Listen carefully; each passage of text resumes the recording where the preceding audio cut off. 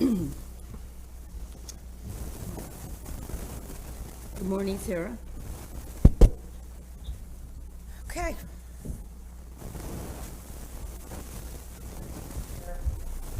Everybody wants to talk.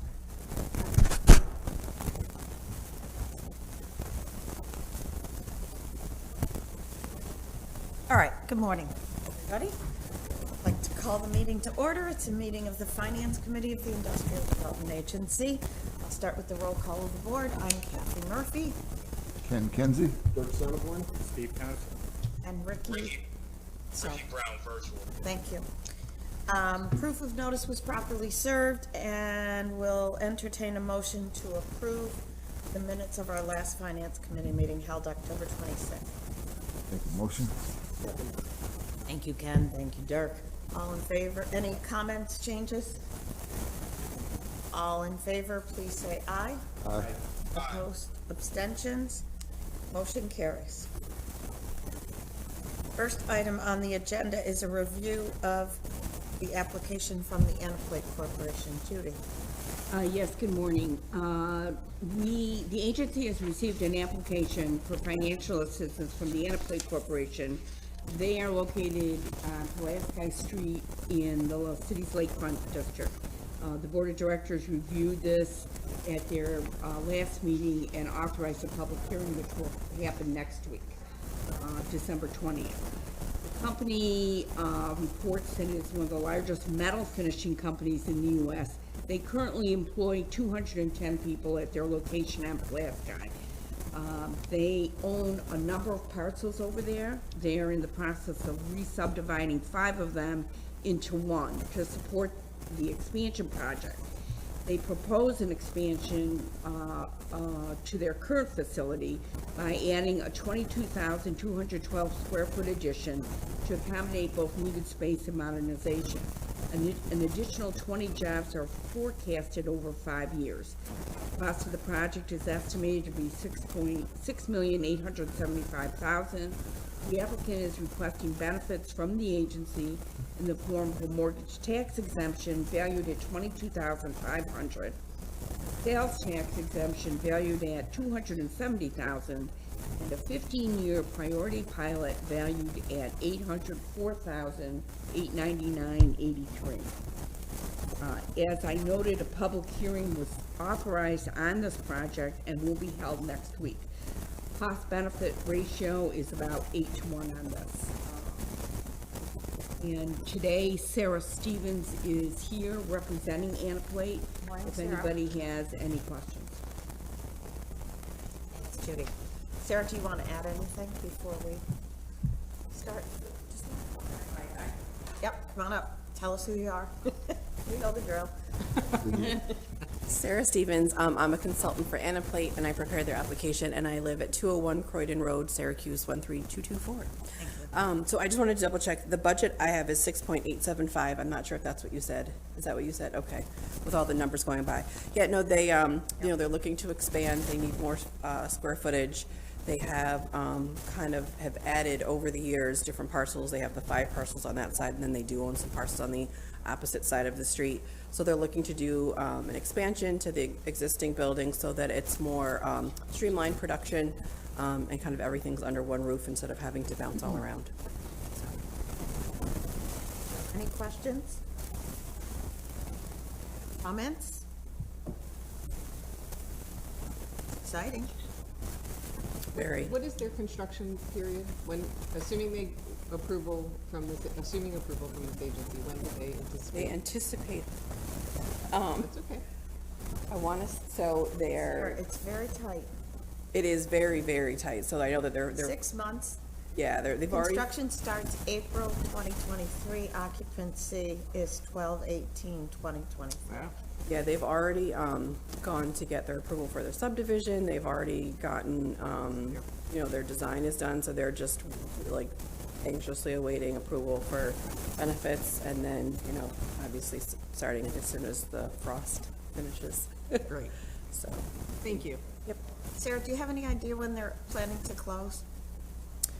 To close on, they would like to do it, as soon as possible. I wanted to say that they have it on their schedule for January. Okay, great, thanks. Any other comments or questions? Nope, good.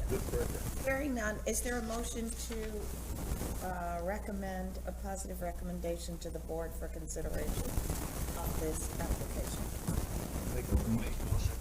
Ricky can't. You can't vote yet. Steve can, he did. Steve can, and he did. I'm sorry. Sorry, Ricky. Okay. Okay, so we made it, Steve. Is there a second, Ken? Thank you. Last call for comments. All in favor, please say aye. Aye. Opposed, abstentions, motion carries. Thank you, Sarah. We'll see you next week. You too.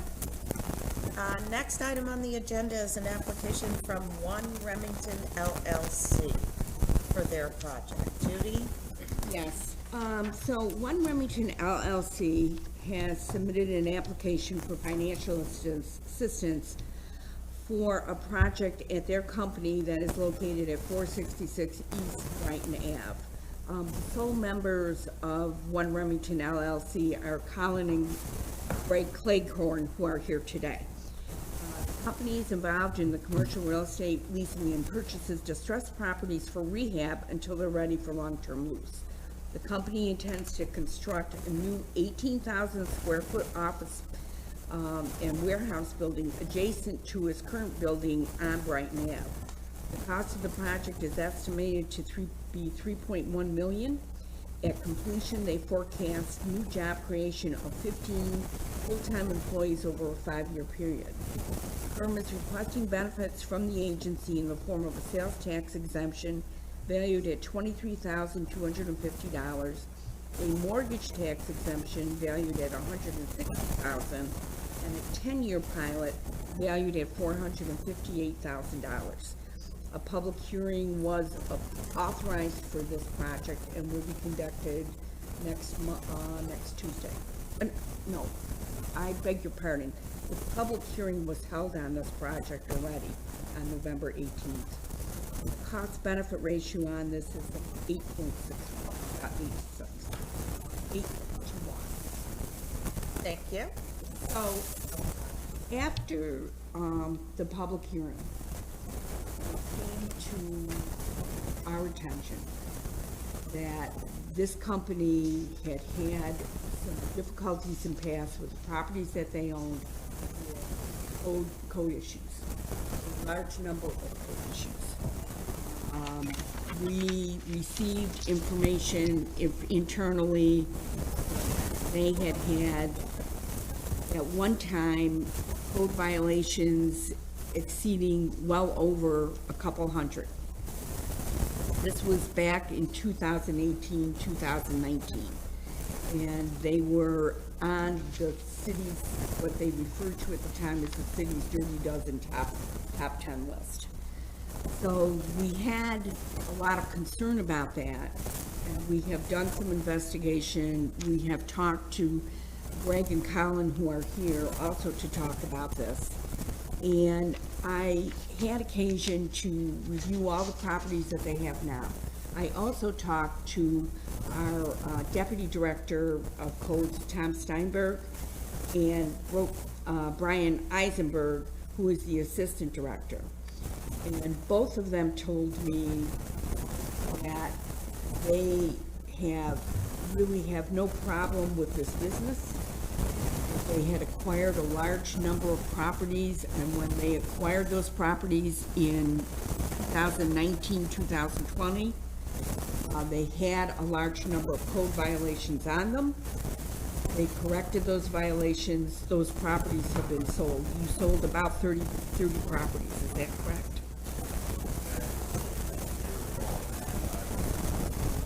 In the moment, I found that they have 16 properties now in your name. They're all current in their taxes. There are no standing code violations. Excuse me. I just want to interrupt because you heard what's going on. So I was in this room for a planning commission meeting last night. having the same issues, and one of these, I don't know.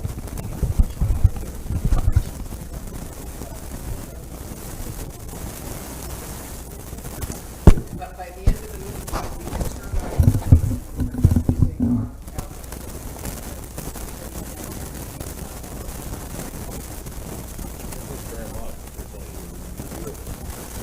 Oh, yeah. Maybe it's that, it could be that.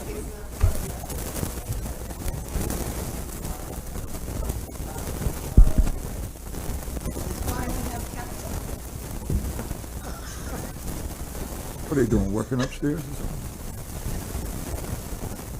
Okay. That's okay, no. So, it's gone, right? Yeah. So, Now you just have to talk loud, so that the recording.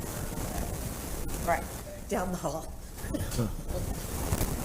So to conclude, you know, this was brought to my attention and diligence on it in the office and with the codes.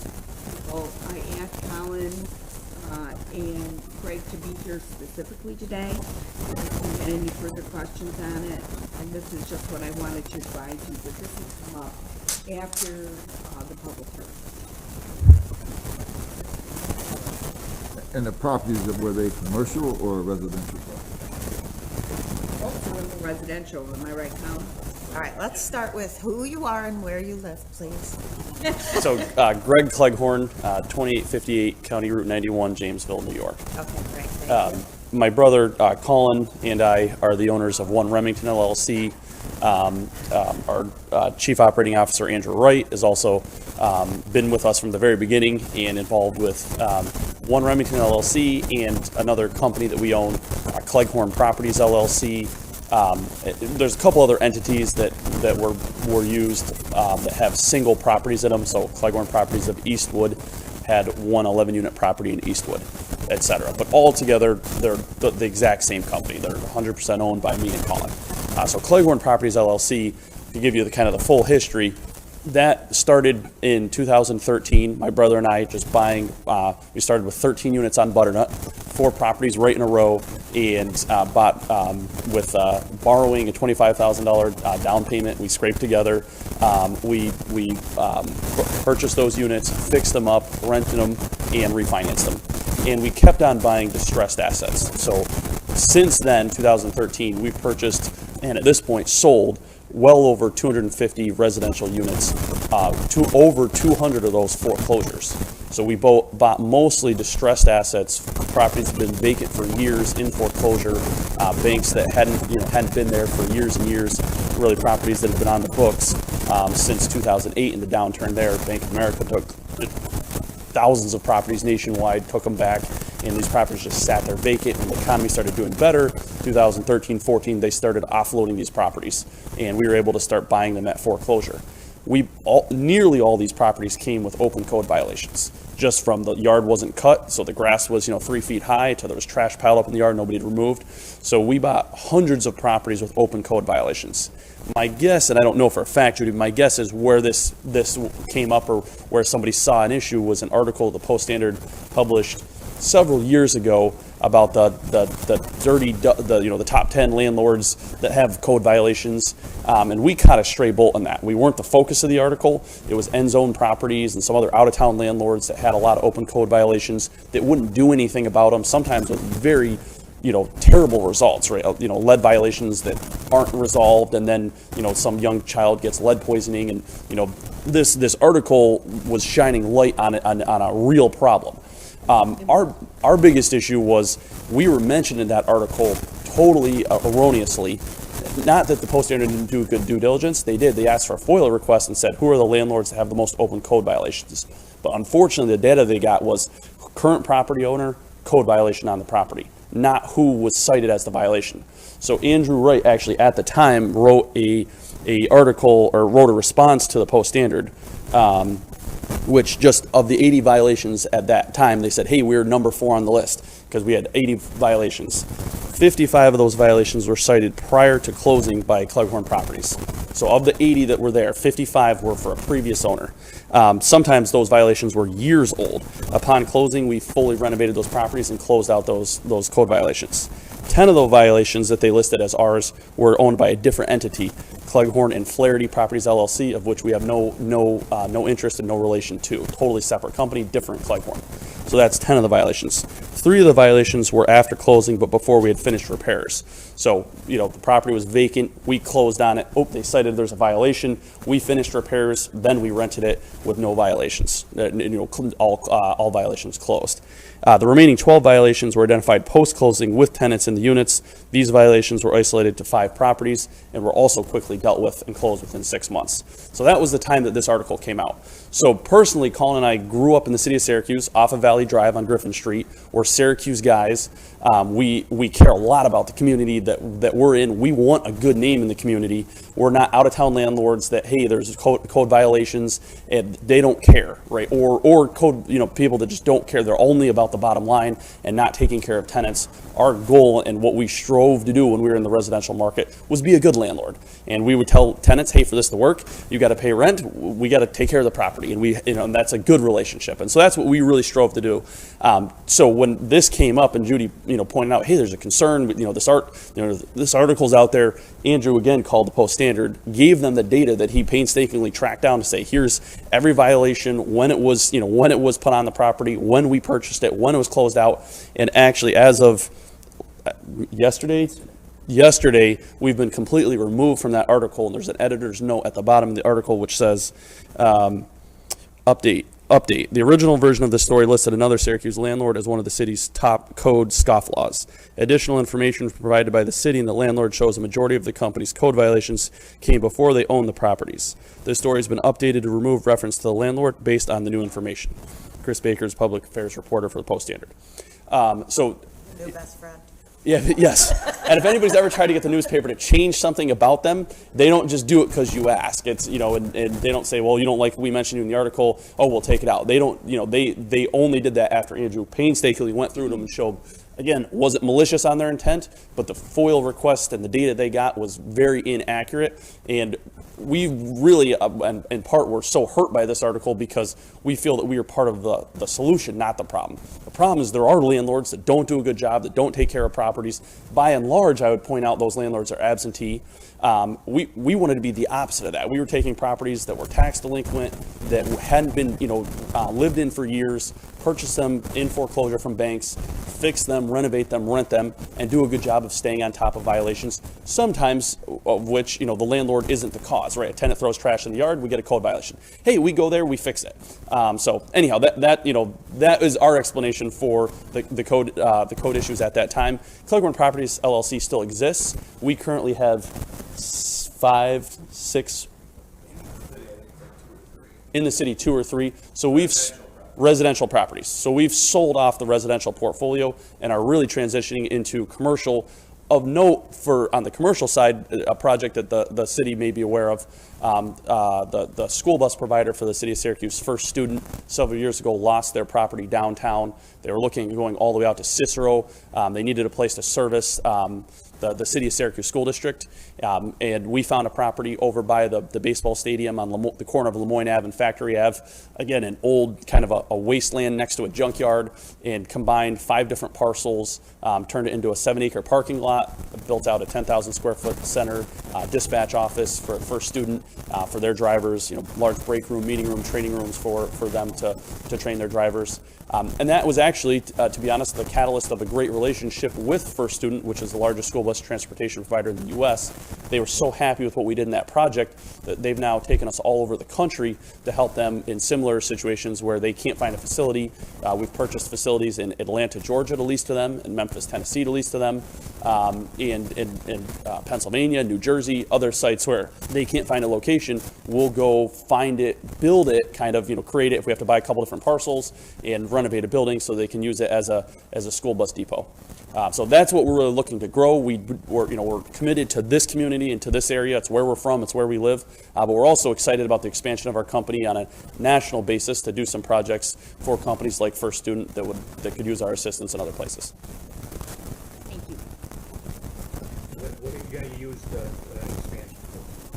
Primarily office space so that we can have more office staff that help us look for properties and purchase properties in other areas. If first student calls us and says, hey, we have a contract in Berkeley Heights, New Jersey, we need a facility down there. We have a team that we'd like to grow of people that will call into the area, try to find a property, go down and talk to property owners, find a property that we can purchase, and then construction managers that'll run a project. Hey, we need to build out 3 service bays for first students so they can pull buses in on work on them. And so it's primarily people that'll be calling and looking for properties and people that are running construction projects. So the extra space will allow us to have more staff. All 3 of us in our current offices have second and third desks where other people work. So we're jammed in at our current location at 466 East Brighton.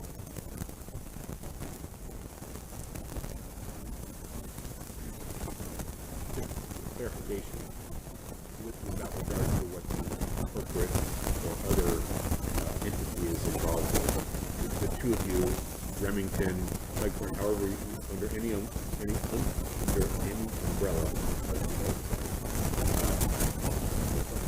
less than half a dozen residential properties in the city of Syracuse. Yes, yeah, and so the other sister companies are PM Group of CNY, Inc., Cleghorn Properties of Eastwood, Cleghorn Properties of Jamesville, Cleghorn Properties, One Remington LLC. All of those collectively, our website is Ironhorn Enterprises. So collectively, we operate all of those as Ironhorn Enterprises for branding purposes, so that we can say we're one company. There's separate entities for the different properties, but to your question, of all those combined entities, yes, I think it's less than 5 in the city, residential.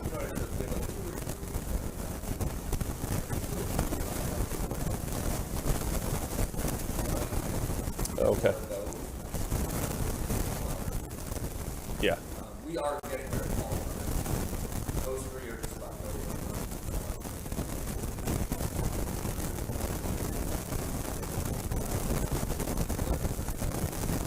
To the best of your knowledge, there are no code violations, and if there are code violations. To our knowledge, right now, there's no open code violations on any property we have in the city. And Judy confirmed that, if I heard correctly, yeah? And no back taxes neither, right? Yes.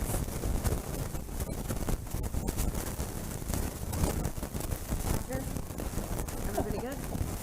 So, I have a couple of questions. Sure. First of all, who owns the front part of East Brighton?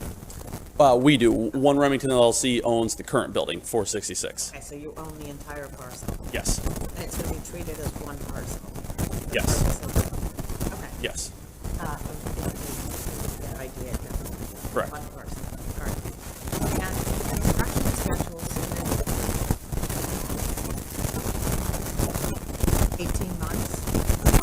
That primarily would be because we would do it with employees in-house, so we wouldn't be utilizing outside contractor to be the general contractor. Okay. I'd like to say it will go faster. We certainly all hope it will, but we would, really, other projects that we're doing for tenants would kind of come first. So we'd get it done as fast as we can, but that would be the reason. That makes sense. And if I'm hearing correctly and have been told correctly, the intent of employees like Warren to commercial investment. All commercial, the only caveat to that would be actually flipping houses. So where we used to buy properties in foreclosure, fix them up and rent them, we still do an amount of that as fill work for our construction team, except we're selling them. So we've moved away from the residential rentals, but if we buy properties in foreclosure and we don't have commercial build outs or construction to do for our team, we then want to work on houses that we fix up and sell. So we would continue to do some amount of house flipping, but the goal is to have no residential rentals. Okay. So I think that, we're going to have to take a look at the application, et cetera, on its merit and its face, of course. But I do think that your explanation is very always consider benefits or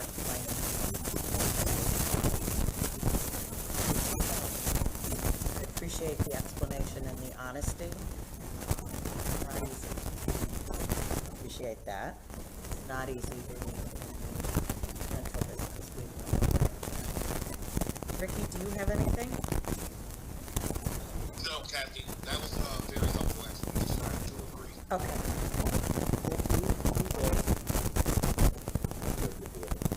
Our new policy in terms of city employees, only after what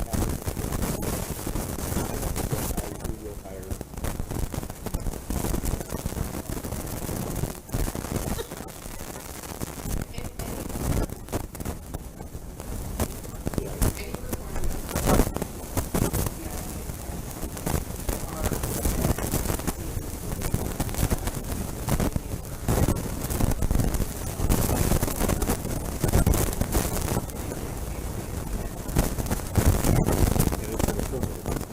Sorry, we will, as opposed to we understand we're supposed to. Anything else you gentlemen wish to add, clarify, put on the record? Good? We're good. Thank you. Appreciate it.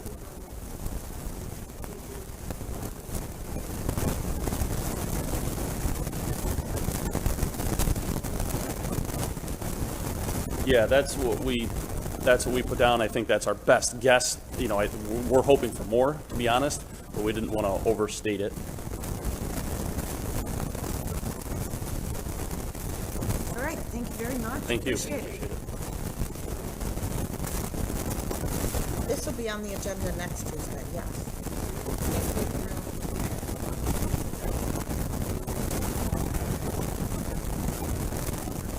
There's a positive recommendation here for it to be considered by the board. At the same time, Same character? well, you don't have to, no, you can stay if you want. I'll make a recommendation. That's perfect. Make the motion made by Steve to positive recommendation. Is there a second? Yeah. Second by Dirk. Thank you. Last call for questions or comments. Hearing none. All in favor, say aye. Opposed, abstention. Next Tuesday at 8. Thank you. Have a great day. You too. Okay.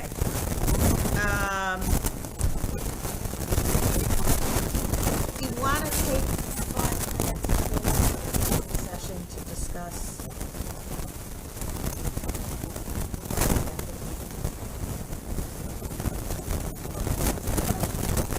We're going to have to go to your office.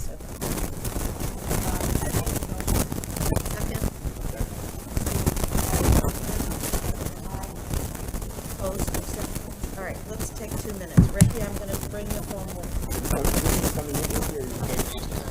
Ricky, are you coming in physically, or are you gonna stay on the phone? We're coming back here. Yeah, we're coming right back here. We're not going to be long. We're close. Yeah.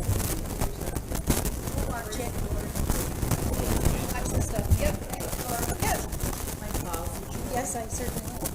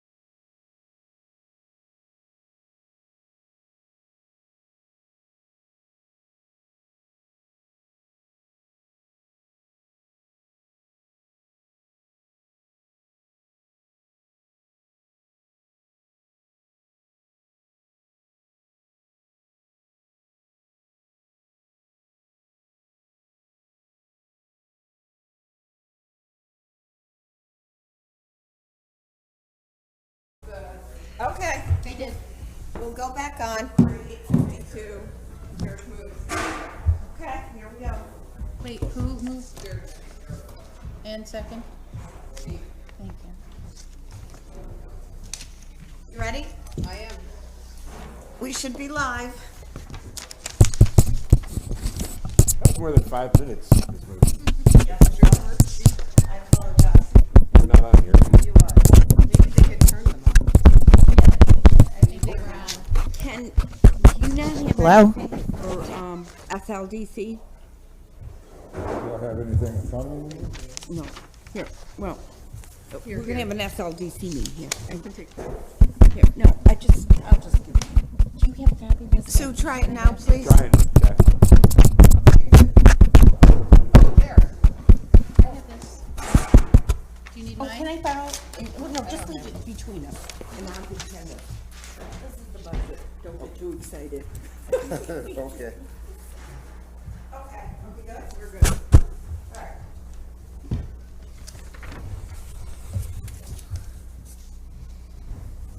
Judy, is the Dirty Dozen list referred to in the previous session, is that maintained someplace? That is something that they have, the neighborhood and business development, of which I'm part of, but I'm on the business side of the neighborhood, that they have done this for the past years. And they are the people that gave that information to the paper. Yeah. And when this came up, I did not recognize these names at all. That's but- what I was gonna ask you, is that, do you have the list, in a Yeah. poster that's 8 foot by But 12 what feet? happened was, when, whenever we have an application, I send it to the assessor to review, and the assessor gives me a value to use for the pilot. Sure. And Matt O just said to me, Judy, I'm so surprised you're dealing with these people. And I said, why? They were recommended to me by a local attorney. And I said, why? What are you talking about? And he said, well, they've had all these issues, et cetera. Then I went, and my office, they found all of this information about the Dirty Dozen and all the, I mean, a long email on it, how many violations, and I was like, oh my God.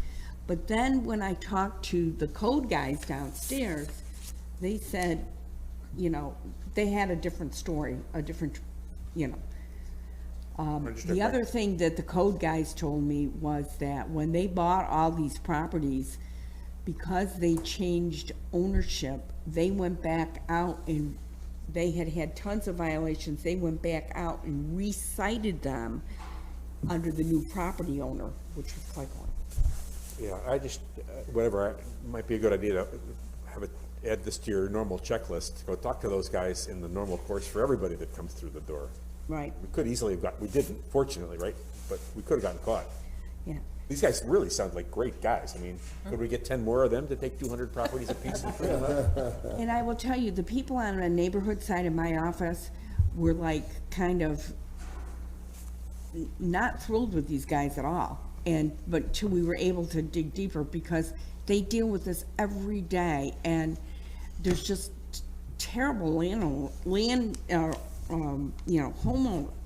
property owners, I should say, that they deal with, and I just think this did work out really well, and I'm glad. All right.